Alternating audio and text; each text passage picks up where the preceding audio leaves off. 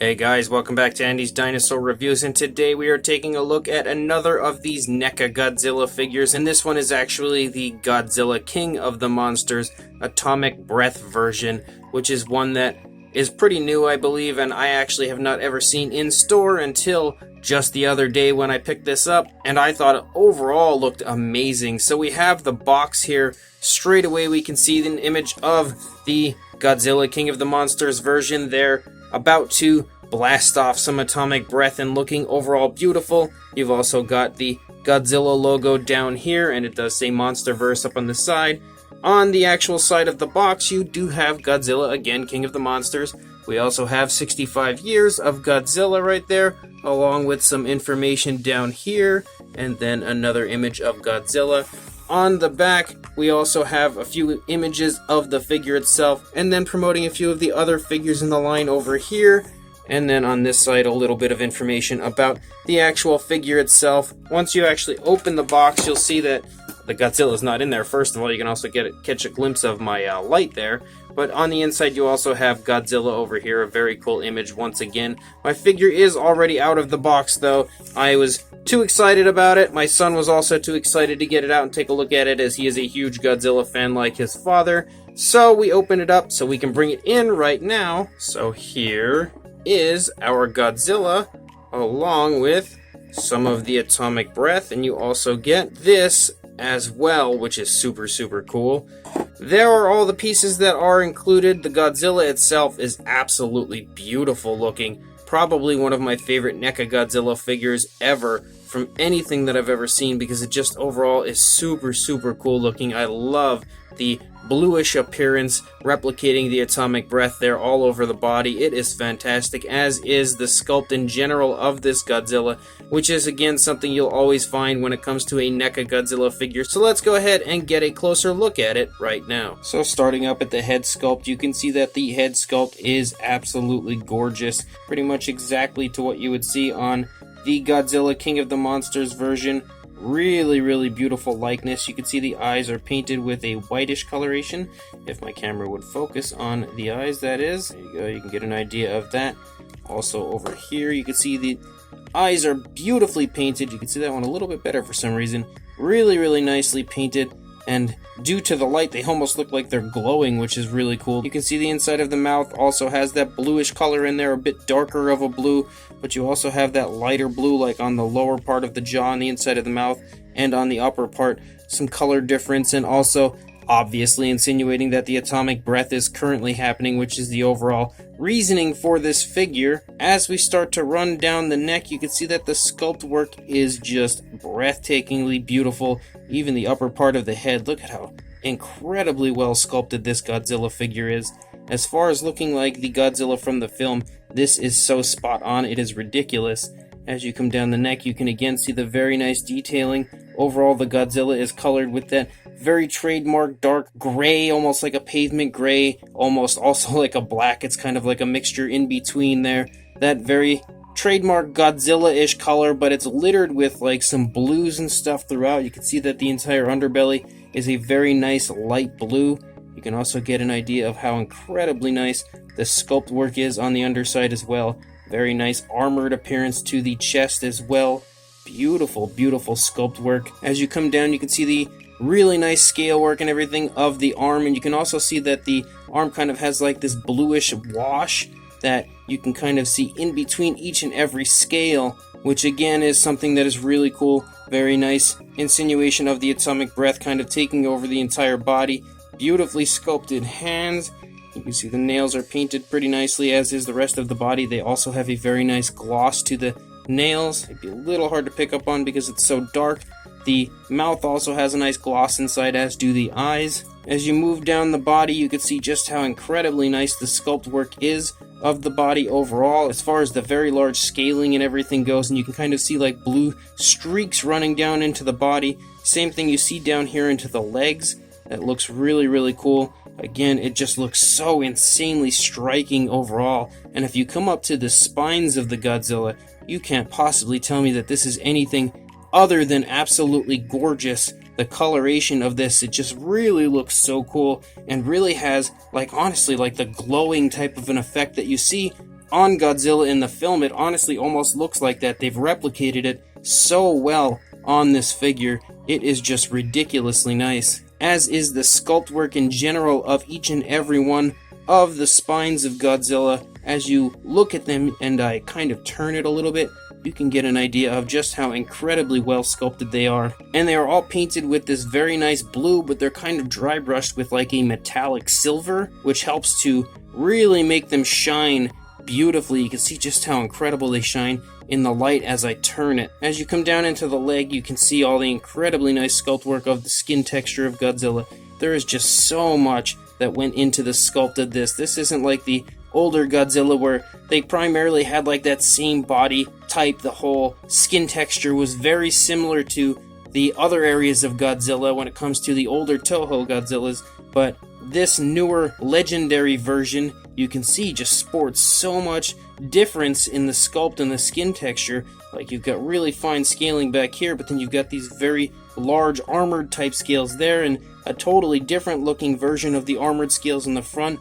The feet are also incredibly well sculpted, and you can see just how beautiful that nail paint shines there in the light. Very realistic shine to them. Again, no sloppiness or anything anywhere that you can see on the nail paint, or honestly on the paint of this figure at all.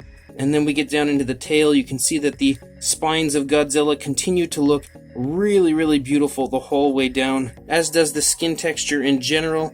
Really, really nice. Look at that beautiful scaling as you run along the tail there, and it has such an incredibly nice armored appearance to it.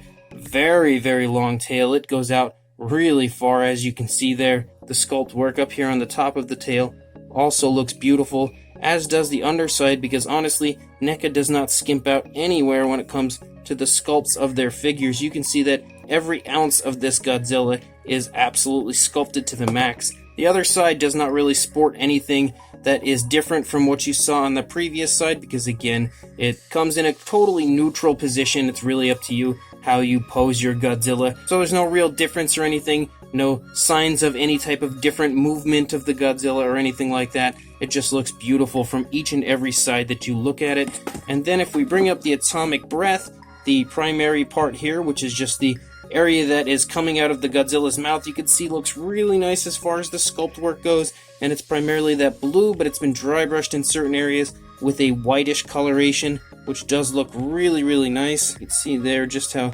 beautifully sculpted and beautifully painted it is. The blue has a very nice translucency to it, so you can almost kind of see through it.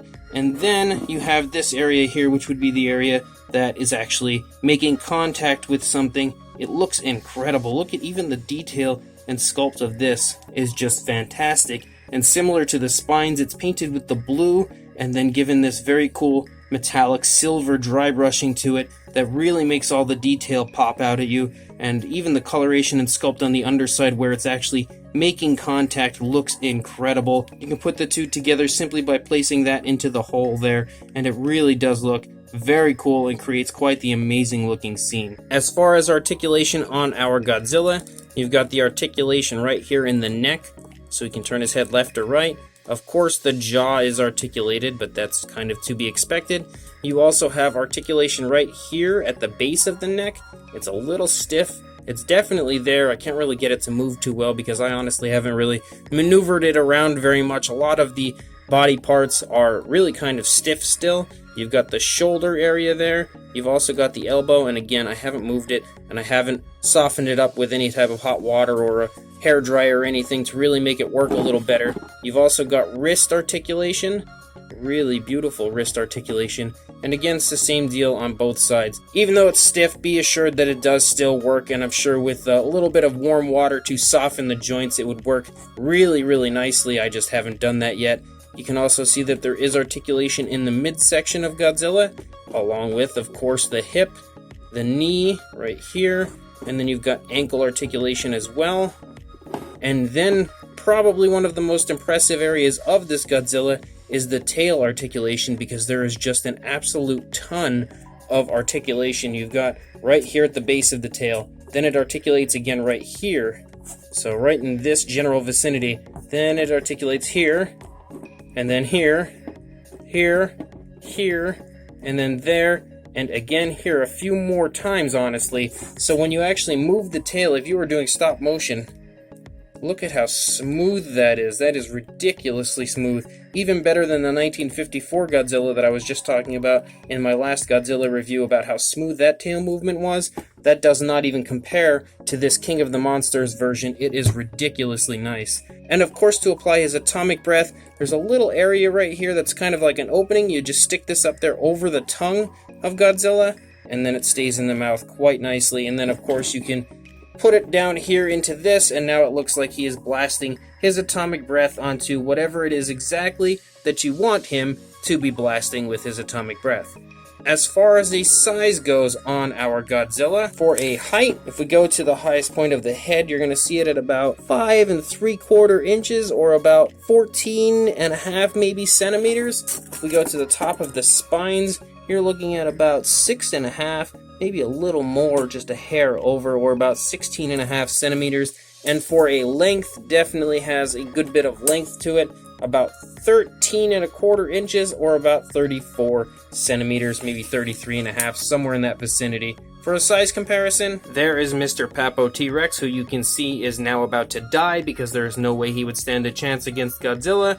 But you can also see that the Godzilla is actually pretty similar in size to the Papo Rex, which should tell you that it definitely is a decent-sized figure, but at the same time also tells you that he doesn't quite compare to the Papo Rex as far as real size would go. The Godzilla would clearly be way larger than our Papo Rex buddy, who is currently having his arm and knee totally burned off of his body. But this should hopefully give you an idea of the size of this if you do in fact have our friend the Papo Rex here. And if you don't have the Papo Rex, here is the King Kong vs. Godzilla, Neca Godzilla, next to the Godzilla King of the Monsters atomic breath version that we are currently reviewing. You can see that the King Kong vs. Godzilla is a bit taller than our newer version here, but they are just as beautiful to each other, honestly. But I will say that the newer King of the Monsters atomic breath version is much more striking than the old Kong vs. Godzilla version, although I really do love that figure